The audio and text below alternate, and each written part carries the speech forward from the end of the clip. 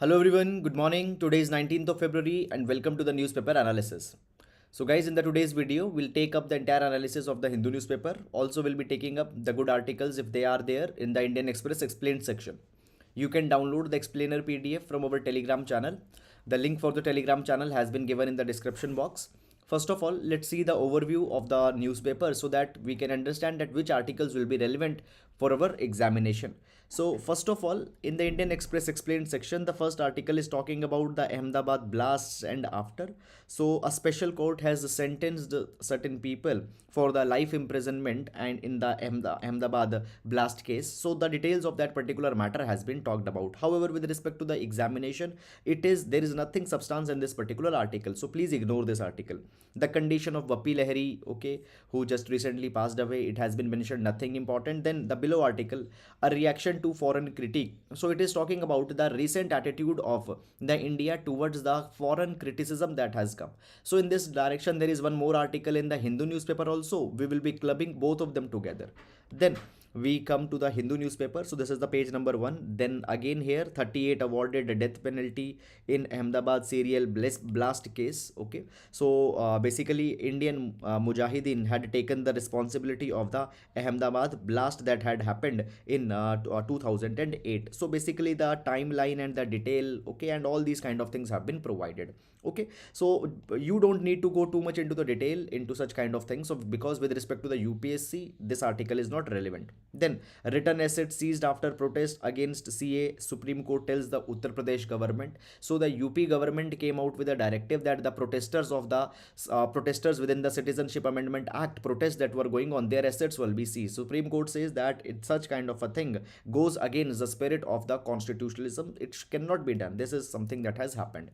Then India UAE sign major trade pact. Now this article already we have taken yesterday. Two articles were there where the free trade agreement was to be signed. It has now happened. Fine. So nothing more is there in this particular direction. Then moving on in the city section, the regional news etc. that are there. Fine. Now here scores of Anganwadi centers in city shut as protest continues. So we will be taking it under the light of a case study that can be made on such kind of things for GS paper number 4. Now moving on after that, then guys, basically nothing much important is there. Then see, great backyard bird count begins in Mysuru. So in the Mysore, basically 62 species have been identified in Kukarhari Lake. Okay, see, basically these kind of regional censuses pertaining to one particular lake or one particular forest or such kind of things. See, such kind of a microscopic details are not important for our examination. However, if see there is some kind of a pan-India exercise is going on or such kind of species has been mentioned, which is very much important in terms of significance, in terms of their IUCN status, then only such kind of things are important. Such everyday details you might not be able to recall and you might not be able to consolidate also. Okay, then coming to the editorial page, India needs a refugee and asylum law. We'll see this article. Then revisit the terms of use for this scholastic ABC. Now this article is talking on one particular aspect of the new education policy. We'll see that how to read this article. Then foreign quarter. Okay, so this article is talking about the recent attitude of India towards the India's attitude towards the criticism that has been shown. We'll see what is provided here. Then after that, wrong solution. So this article is talking about the recent issue where the Haryana had come out with the reservation. We'll see this article. Then the headscarf and the social fabric in tatters. So guys, the hijab controversy that is going on, that particular thing has been discussed here. Now today, the Saturday, this ground zero report comes, and this ground zero report basically gives the account from the ground. It tells the stories about the people, their personal accounts and all such kind of things. So therefore nothing is much relevant here. Then further moving on, Russia welcomes India's stand on eastern Ukraine situation. So basically when the Ukraine is concerned, India had said that the diplomatic solution needs to be found out. India had basically rejected, okay, directly India has not condemned the attitude of Russia here. So basically Russia had welcomed such kind of a development. Apart from this, nothing is there. Then further moving on, information and broadcasting ministry warns officials on data security. We'll see that's what is provided. Then the political news are not important. Assembly polls Fine, all the political news, please ignore it. Then further moving on, after that here we can see that the hydrogen policy has been discussed. So this is an important development. We'll be seeing this particular thing. Then guys, further moving on, child restraint systems to come up on the flights. Okay, so child restraint system, it is nothing but a kind of a mechanism where a harness, a seat belt will be there, okay, which will be keeping the children intact on the flights. So just a kind of a rule, nothing more important is provided. Then further moving on, Putin to oversee nuclear drills during standoff over Ukraine. So that Ukraine-Russia issue is going on. Every day one-liner concept will be coming. No need to go and see every day what details are coming. However, day before yesterday, we have discussed this entire issue much into the detail. Then Hong Kong delays the elections. Fine, nothing important. Then guys, on to the business page. Vedanta to invest this billions in the semiconductor. Now, see, semiconductor industry has been a very important for India into the present time. Strategic importance of the semiconductor is very much important because there is around the world semiconductor chip shortage going on, clear. And as the electronic industry depends on to the semiconductors, and as India has a huge consumption of the electronics device, we need to develop the atmanirbharta, self-reliance into the semiconductors. So the investment is a welcome step in this particular direction. Then after that, other kind of evolutionary details, not very much important. Then comes the sports page, and as today there is a Saturday, on Saturdays the text and the context page doesn't comes, so that will not be there today. Okay, so that is all about the overview of the articles, and now let's discuss all these articles one by one with that in the detail. So first of all, as we do in every class, we start with the GS quote. So today we'll take the quote from John Stuart Mill, JS Mill. He has talked about the role of the active citizens. He says that the bad men need nothing more to compass their ends, their bad ends, than that good men should look on and do nothing. So good men doing nothing, it is a very good opportunity. Good men looking and doing nothing provides a congenial condition for the bad men to spread their ulterior motives. So therefore, active citizenry, a participated citizenry, is very much important for the welfarist nation, for a welfarist democracy. We can use this particular idea in GS paper number 2 and GS paper number 4. So that is all about the GS quote. And now let's take the first of all the MCQs. So the yesterday's MCQs, the correct answer, first the correct answer will be D. Second, the correct answer will be B. You can pause the video and can check out your explanation and you can see whether your answers were correct or not. And guys, if there is any doubt with respect to any of the answers, you can contact me in the Telegram. Okay, I can resolve that thing there. Then further moving on, after that the MCQs for the today. So first MCQ, it pertains to the Comprehensive Economic Cooperation Agreement, SECA. Okay, so please see this particular thing. Recently the SEPAs have been there in the news. Then further moving on, the next a question that we will be taking, the question number 2, it pertains to the United Nations Refugee Convention 1951. It is right now into the news. Yesterday we have seen it, today there is an article, because the asylum law for India is being talked about. So please pause the video, read the statements and answer the correct option. This entire PDF also you can download from our Telegram channel. Now moving on. Okay, so the first article we will be taking from, fine. Now guys, see, first of all, read this particular heading that has been given. Scores of Anganwadi centers in city shut as protest continues. Now, prima facie, this particular article might not look very much important. It might just look a regional development. But guys, this article can be very much relevant for our GS paper number 4 in the topic of the case study section number B, case study. Now, first of all, what has happened here in this particular case? Guys, basically the Anganwadi workers, they are on a strike from last 19 days. Why they are on strike? Because they have certain demands. What are their demands? They have the demand that first of all, what needs to be there? There needs to be the regularization of their jobs. There needs to be the regularization of their jobs. Then they want that there need to be increase in the salaries. There needs to be the increase in the salaries. And after that, they also want that they should be given the retirement benefits. They should be given the retirement benefits. So these are certain demands that the Anganwadi workers are having. Now, first of all, let's see that what Anganwadi workers do and what is their importance. Okay. So when we talk about the Anganwadis, okay, Anganwadi, it is a centrally sponsored centrally sponsored scheme. Okay, it is implemented by the states and union territories. Now, Anganwadi services were started by Government of India in 1975 as a part of Integrated Child Development Service Program.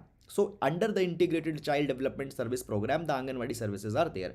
Now the Anganwadi centers and Anganwadi workers provide the 6 type of services. What services are there? Number one, supplementary nutrition is to be provided. Now supplementary nutrition to the lactating mothers, pregnant mothers, and the children who are less than the 6 years of age. For them, this supplementary nutrition is very much important.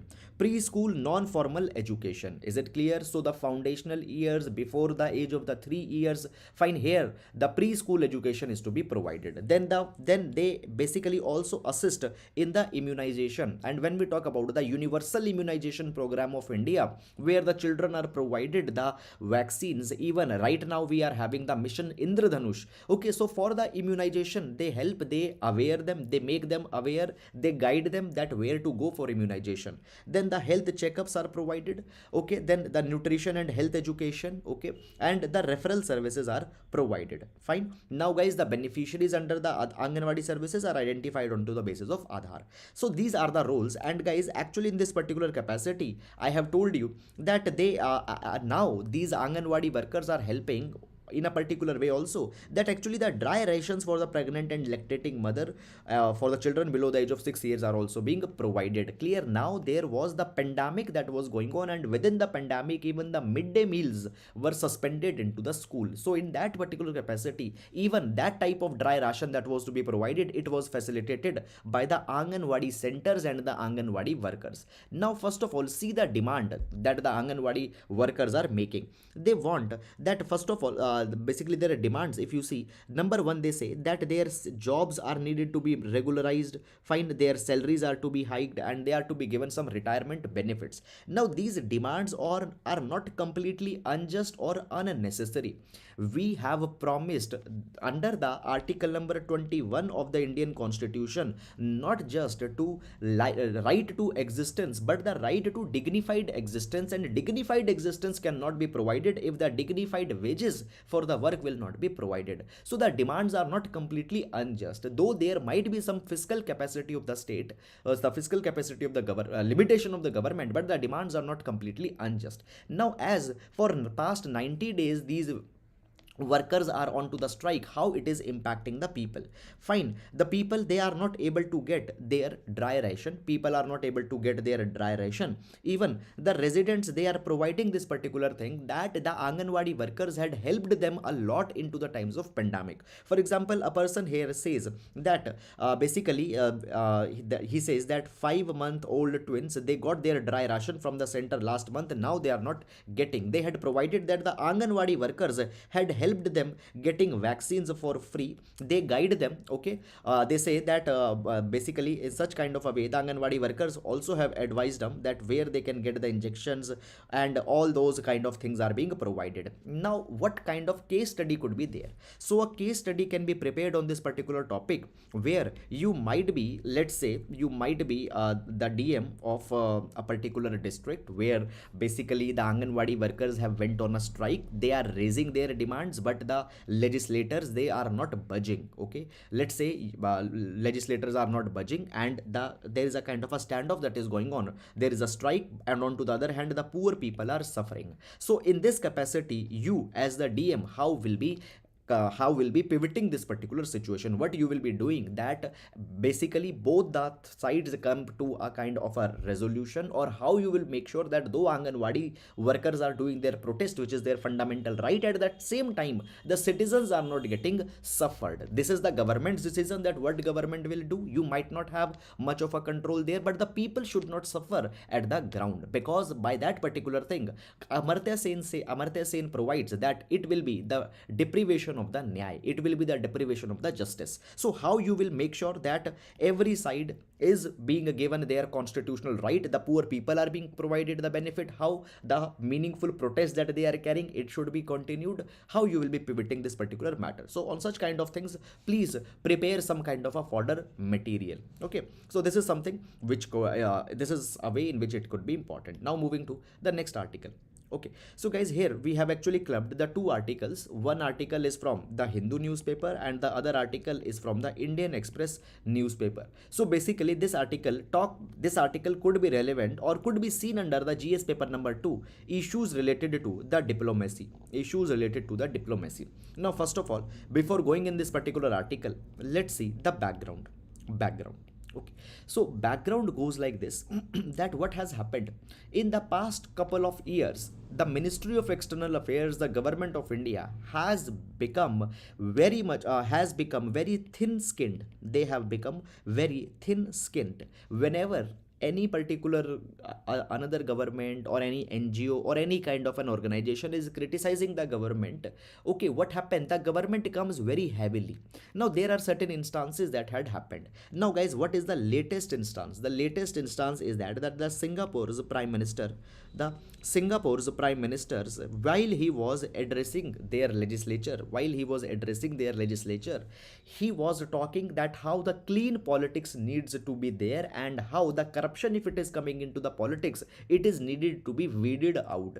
He had, number one, appreciated the India during the time of the Jawaharlal Nehru. It was said that this was a time when the parliamentarians, they were having very uptight probity, very uptight integrity was there, and he had said that after the Nehru, the India's India, the probity and the values of the legislators are on a decline. He had said that nearly 50% of the legislators in the parliament, they are having the criminal charges. Is it clear? He had not only criticized the India, but he has also criticized the situation going on to the Israel. He had criticized the Israel. He had criticized the UK also because of that Partygate scandal that is going on into the UK already we have discussed. Is it clear? So this is something that had happened. Now as this particular statement has been given by the Singapore, what happened? India had sent a summon. Fine. What had happened here?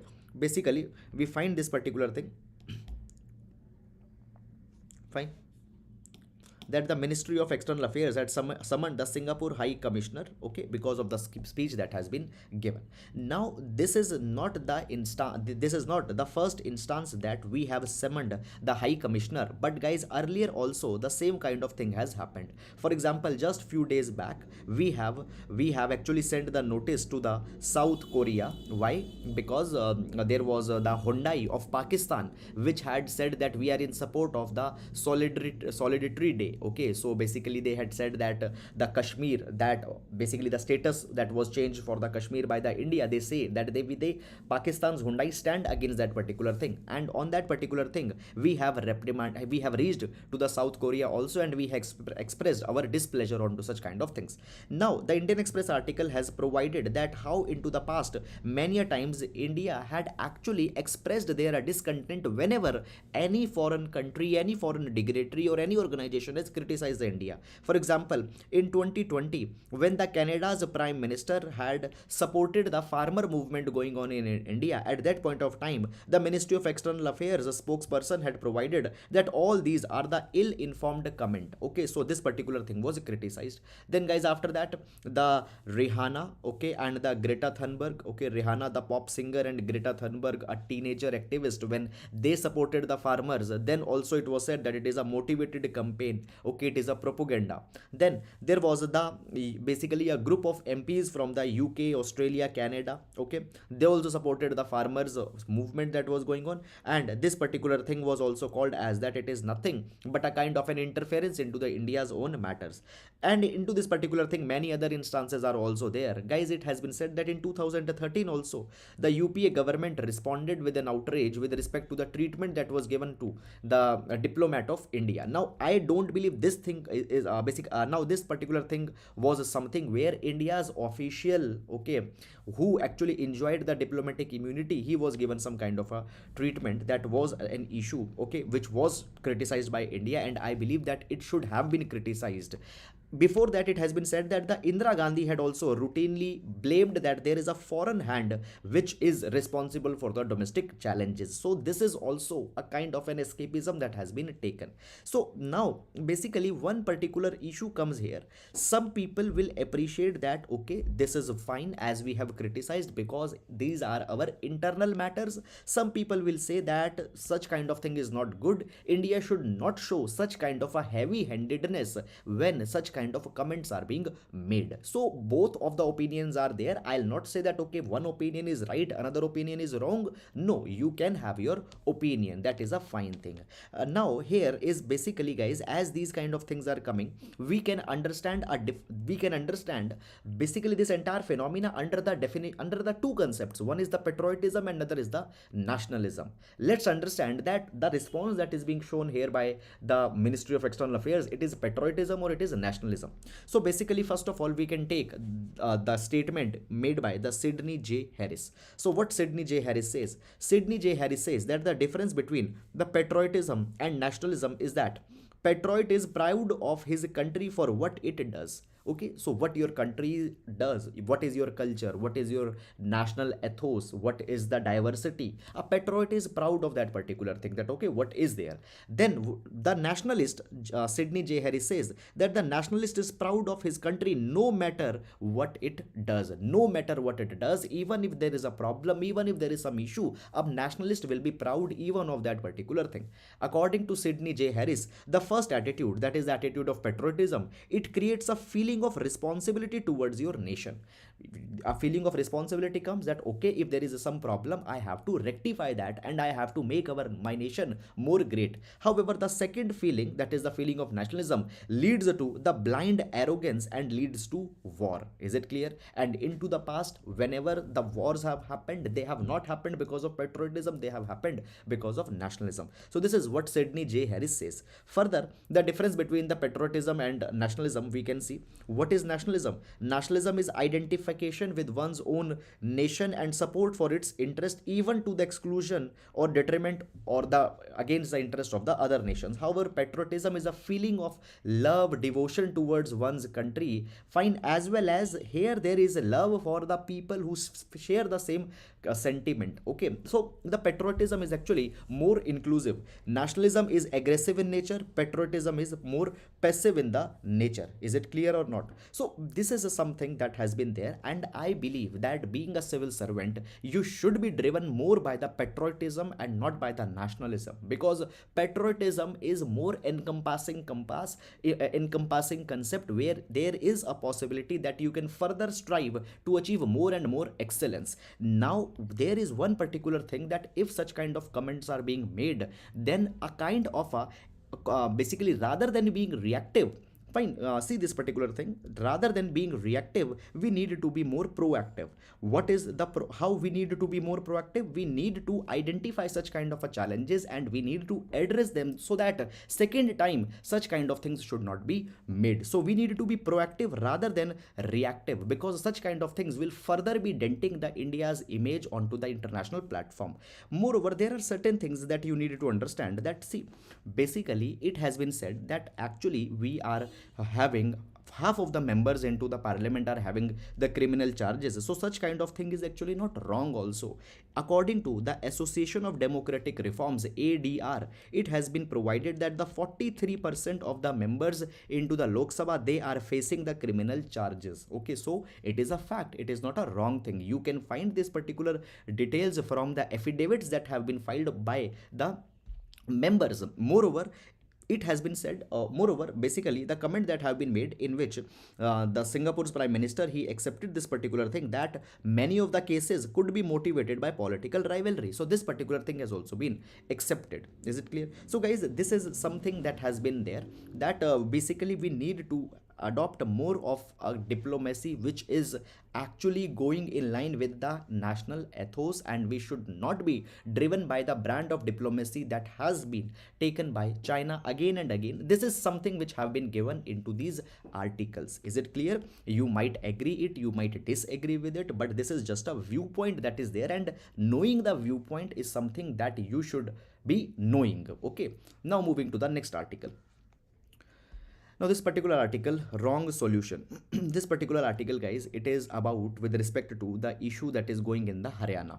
So, first of all, what has happened here? Okay, but first of all, this article will be important with respect to the GS paper number 1 plus GS paper number 2. GS paper number 1 and GS paper number 2, issues related to the regionalism. Issues related to the regionalism. Now, let's understand first of all the background of this particular article.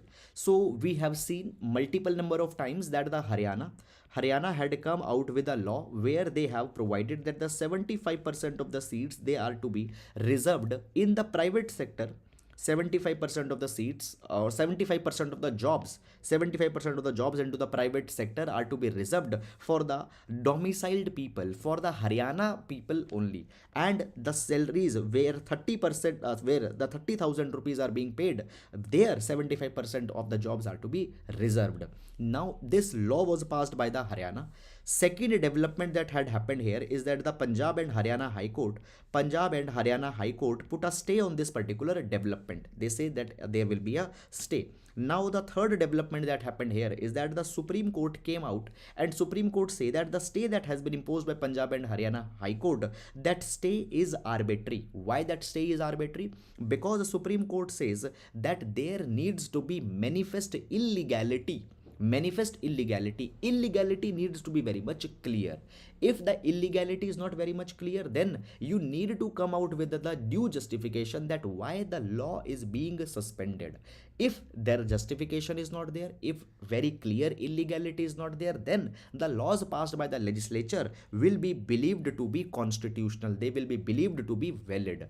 Fine. So you need to show some extra proof that why they are invalid. You on the face of it, by default, they will be assumed that they are constitutional. So when the Punjab and Haryana High Court put a stay, neither it come out with a very detailed kind of argument that why it is suspending it, or clear, secondly, it did not also show a very clear illegality that was there. So basically Supreme Court had not supported what the Haryana had done. It has not supported, it has just provided that there is a kind of a more basically the approach that has been adopted by the Punjab and Haryana High Court, it is not right. Moreover, the Supreme Court also had given the 4 weeks time to the Punjab and Haryana High Court that they need to dispense with this particular matter.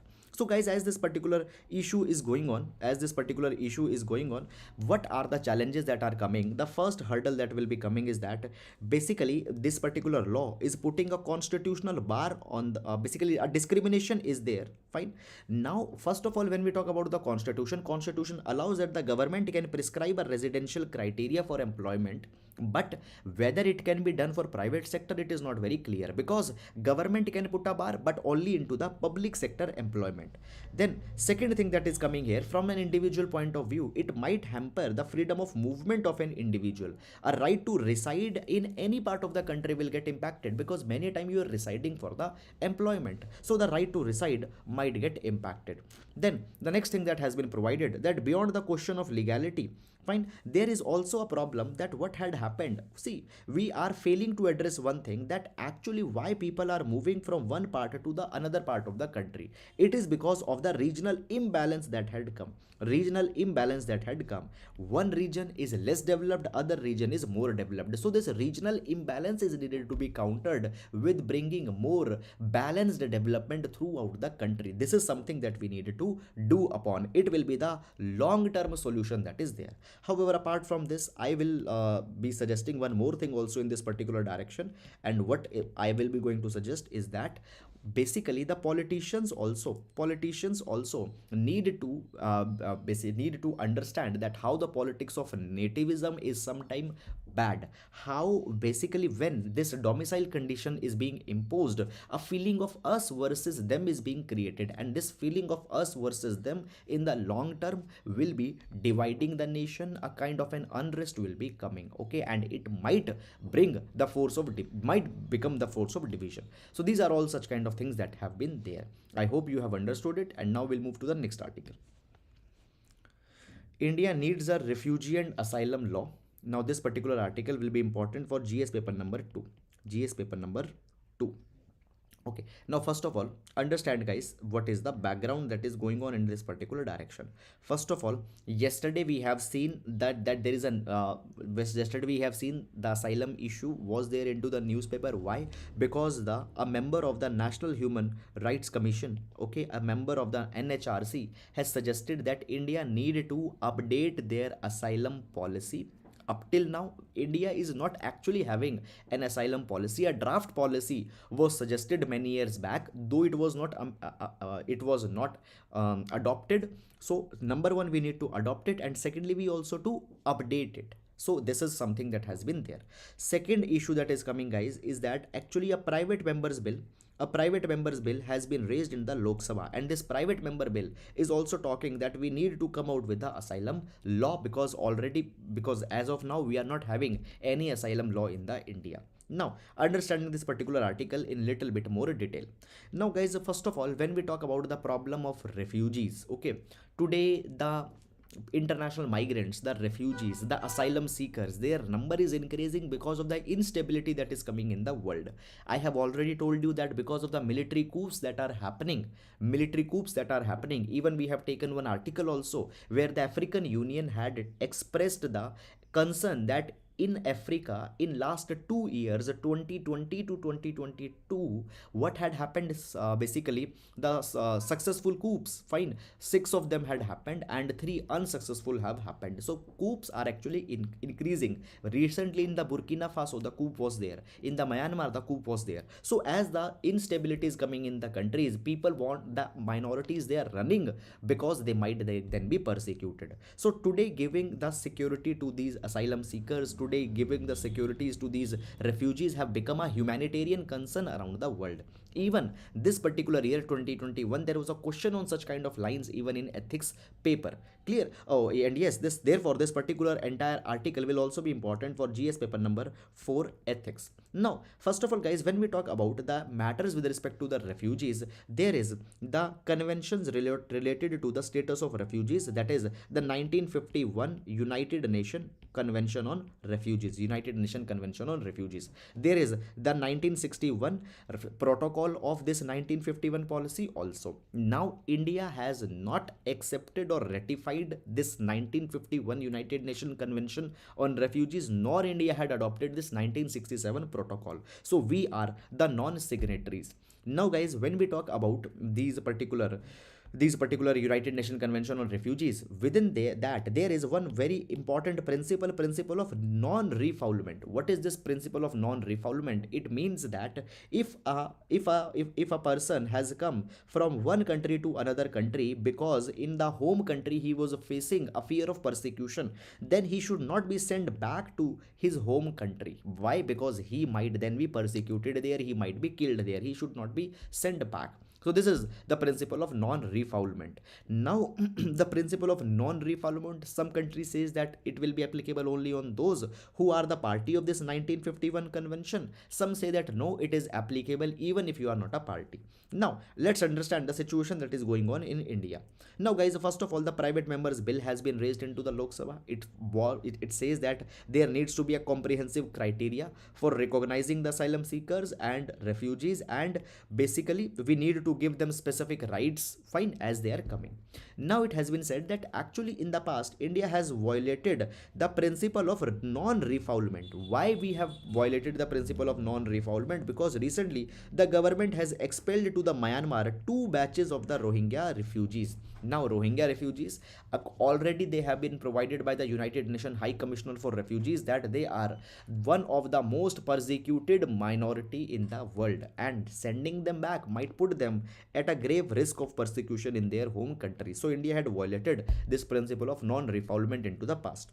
Now guys, it has been provided that actually this particular bill which has been introduced, this bill will come out with a uniform right to seek asylum in India. Now this right to seek asylum in India will be available to the people irrespective of the country from there they are coming, nationality, their race, their religion, ethnicity. Okay, there will be a national commission for asylum that will be constituted. A national commission for asylum will be constituted. Now into this particular bill, the definition of refugee has been given. So the refugee refugee embraces the people who have fled their home country and crossed an international border. Now, why they have crossed the international border? Because of the fear of persecution in their home country. Why persecution? Because onto the grounds of race, religion, nationality, membership of a particular social group, or because of a political opinion, they was having a fear of persecution and they have fled the country. So this is something that has come.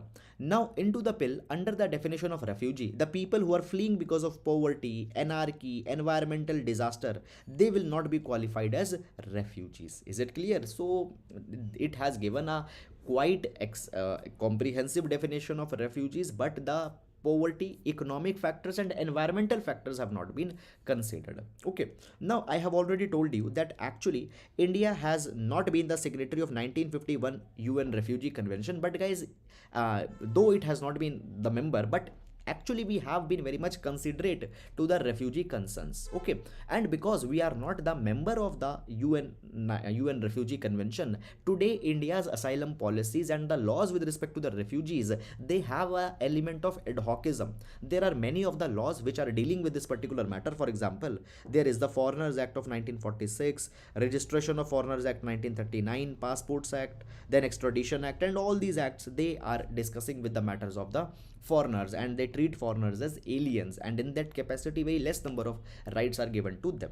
Now it has been provided that guys, in the past India has been very much compassionate to the refugees. For example, when in 1959 the refugees from the Tibet came in India, we have given them the refuge. We have also given the refuge to the Chakmas and Hejongs into the past. Okay, even many of the Afghanistani refugees, we have given them the accommodation. So India has a good track record. We should come out with an asylum policy. So India should come out with an asylum policy. Moreover, the judiciary has also supported this particular idea. Supreme Court ruled in 1996. Supreme Court ruled in 1996 that Article 14, 20, 21 are to be provided to all the people, not just to the Indian citizens. Moreover, the Supreme Court also stopped the eviction of Chakma refugees in 1995, okay, into the NHRC versus State of Arunachal Pradesh case. So India has been considerate to the refugees, and now the time has come that national asylum policy or the national asylum law is also to be constituted in India. So this is all which has come in this particular direction. And now guys, we'll be moving to the next article. Revisit the terms of use of this scholastic ABC. So this particular article guys, it is talking about the criticism of the academic bank of credit, fine, which was introduced in the National Education Policy 2020. So therefore it will be important in our GS paper number 2, the topics related to the education. Okay, now understand this particular thing, that this particular article, it is based on a lot of technical nitty-gritties. Clear? Now this article tends to become very much microscopic. The article tends to become very microscopic, but in the UPSC, the questions that are asked, they are very broad themed type of question. So I will not suggest that you need to go too much into the detail, because guys, at the times the clerical details will be coming here. Okay, so not very much important for a UPSC aspirant. Now let's understand first of all guys what had happened. The new education policy 2020 was announced, and under this new education policy of 2020 there was an academic bank of credit that came in existence. Now what is this academic bank of credit? Now suppose there is a student. Now this student, for example, let's say have done first year of graduation in a college. Okay, then what happened? Let's say he was not able to continue the education after that. Okay, then let's say after 2 years he again started doing his he started to pursue his education. Now let's say he had taken again the admission into the B college. Okay, let's say again he was able to drop. He has to drop. Now if you see in the old system, what would have happened? This particular person, let's say he is still 12th pass. This particular person's status is still 12th pass. Why? Because he completed 1 year, did not completed the entire degree, it is waste. He again did 1 year, did not completed the degree, it is again waste. Now when this new education policy 2020 came, it introduced the academic bank of credit.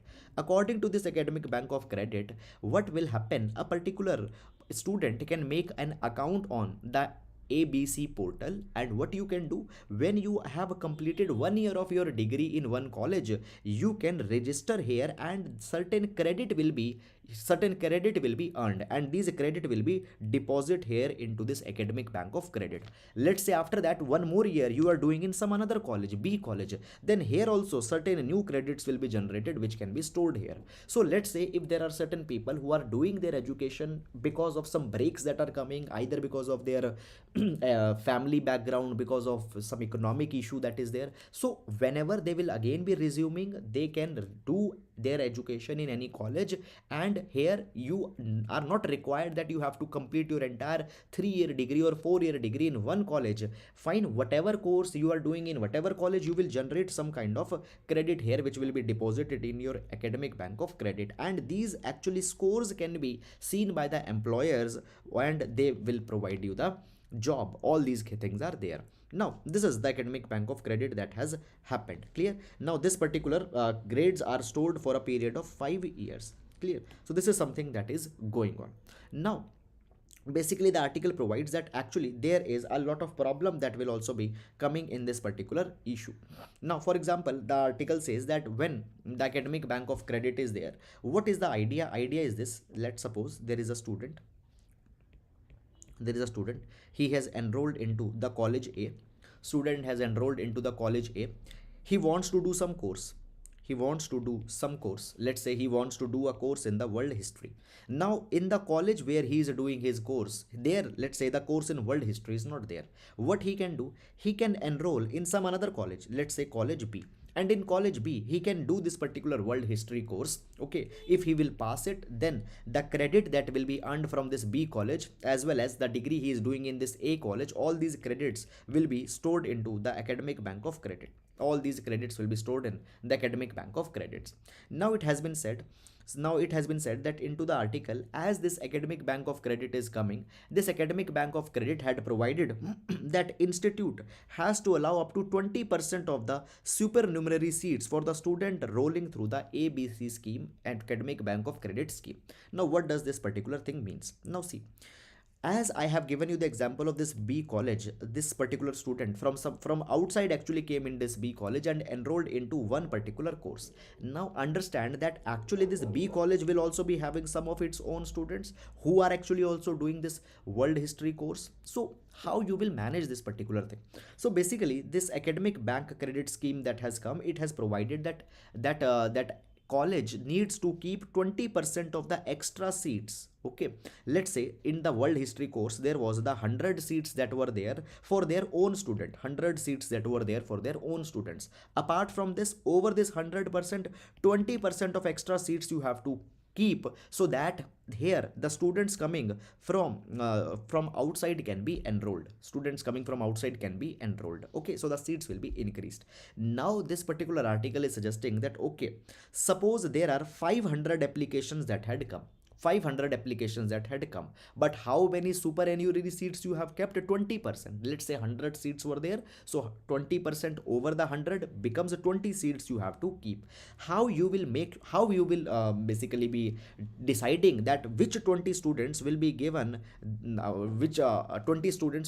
admission out of the 50 applications that have come? For this particular thing, what will be needed? There will be the extra manpower, extra human resource that will be needed. How that particular thing will be coming? Who will be financing that particular matter? This academic bank of credit is silent on this particular thing. Now it has been said that actually there were the provision of the massive open online courses onto the platform such as the Swayam, okay, and the National Program on Technology Enhanced Learning, NPTEL was there, where the students who wanted to do some kind of a different course which was not available in their college, they could have done it onto the MOOC. Now under the academic bank credit, students can enroll under some another college. Okay, how they will be accommodated, it is not clear. Moreover, it has been provided that even into this massive open online courses that was there, the assessment was not very much good. Okay, whether the student is learning something or not, we cannot know this particular thing. After that, guys, the ABC portal that has come. Okay, ABC portal that has come. Now the colleges which can registered under this ABC portal, it was said earlier only the colleges who have got the A rating under the NAAC, under the NAAC. NAAC stands for National Assessment and Accreditation Council. Now, National Assessment and Accreditation Council gives the rating to the colleges. So earlier it was said that only the colleges who have got the A rating under NAAC, they will be enrolled under the ABC. Is it clear? But this A rating that is given, okay, it is not given on to very kind of a meticulous kind of a performa. Okay, just they see very clerical kind of details and give the A rating. And actually, not only onto the basis of quality outcome the colleges are getting the A rating. Many of institutions where good quality teaching is not there, they are also getting the A rating. So it has been said that as you, what you are doing, you will be putting the score here. Now within the A category there will be the IIT also, and within the A category there will be some another kind of a clumsy institution also. Is it clear? When your credits are being seen and one such kind of a degree onto that particular credit score is coming, what will happen? The students who are into the IITs and there is a very tough kind of course that is going on, they might just go into a clumsy college, because at the end of the day that college is also having the A class, it has also been given the A certification, and the degree that you will be giving from that ABC, okay, it is only onto the basis of score where just the credit will be seen. So basically it will bringing a lot of complication, lot of problems into the educational system. Okay, so this is a criticism that has been given. However, I will not be insisting you that you need to go into the too much of the technical details into this particular article. Is it clear? So that is all about this particular issue. I hope guys that you have understood it, and now we'll move to the next article. Hydrogen policy calls for more incentives, experts. Now see, recently the government had announced their national hydrogen policy, national green hydrogen policy. Government has announced the green hydrogen policy. Green hydrogen policy. Clear? Now this green hydrogen policy, we'll understand it, but first of all let's understand that what is this green hydrogen. Now first of all, when we guys talk about the hydrogen, and see, okay, this particular issue will be important for our GS paper number 3. GS paper number 3.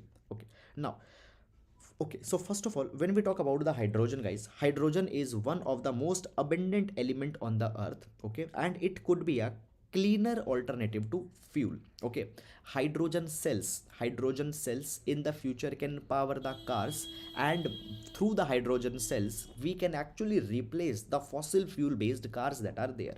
Okay, now when we talk about the hydrogen, how the hydrogen is being made, okay, or how the hydrogen is being retrieved, on that particular basis different types of hydrogen could be there. First of all, there is the green hydrogen. Now the green hydrogen is produced through the electrolysis. So electrolysis is passing of electricity through the water. So electrolysis of water creates the green hydrogen. Now guys, the electricity that we are using here, this electricity actually comes from the solar or from the wind sources. So because we are using here the renewable energy, so the hydrogen that will be created, it will be called as the green hydrogen. Now the electricity, I told you, it splits the water into the hydrogen and oxygen, and this particular hydrogen can be used. Now the byproducts in this particular process will just be the water and the water vapors. So it is a kind of a the carbon footprint is very much negligible here. Then there is a brown hydrogen also. Now in brown hydrogen also we are carrying the electrolysis, but here we basically use the coal.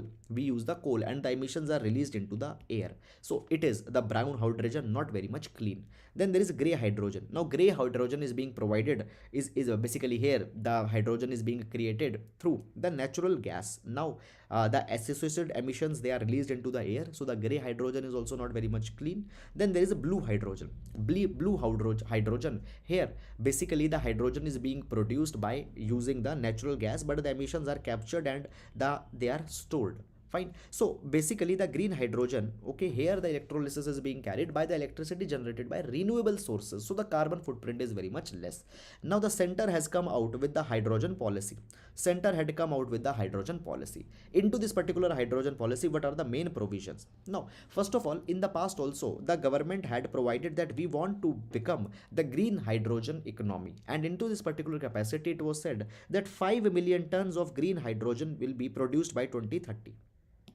Okay, it was said that the 5 million ton of green hydrogen will be produced by 2030. Okay, this is something that has been there. Now guys, it has been provided that the manufacturers of the green hydrogen or the ammonia, they can purchase the renewable power. I told you green hydrogen is made by using the renewable energy from solar and wind. So it has been said that, let's say today I want to manufacture the green hydrogen, so for that I can procure the renewable energy from the power exchanges. I can procure from the power exchanges. I can even establish the renewable energy capacity myself, okay, or I can procure from any developer from any part. Now, if I am establishing my own plant, I will be provided the expedited clearance. If I am procuring from power exchange outside the state, what will happen? The interstate transmission charges will be waived off for 25 years. No charge is to be given. Moreover, it has been provided that the manufacturers of such hydrogen and the renewable energy plant would also be given connectivity to the grid on priority basis. I will be given connectivity to the grid. Let's say I have developed a captive plant of renewable energy, and this renewable energy I am using for the green hydrogen. Let's say I have developed the excess electricity. I am not able to utilize it all. So this energy I will be able to sell to the I will be able to sell to the distribution companies also, and the grid connectivity will be provided onto the priority basis. This is something that had happened. The grid connectivity will be provided onto the priority basis.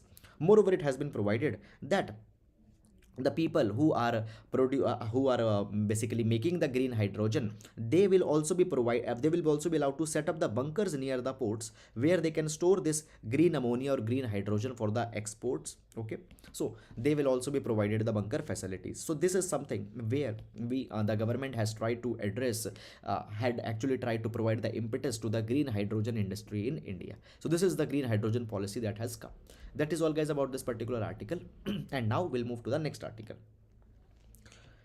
Information and Broadcasting Ministry warns officials on the data security.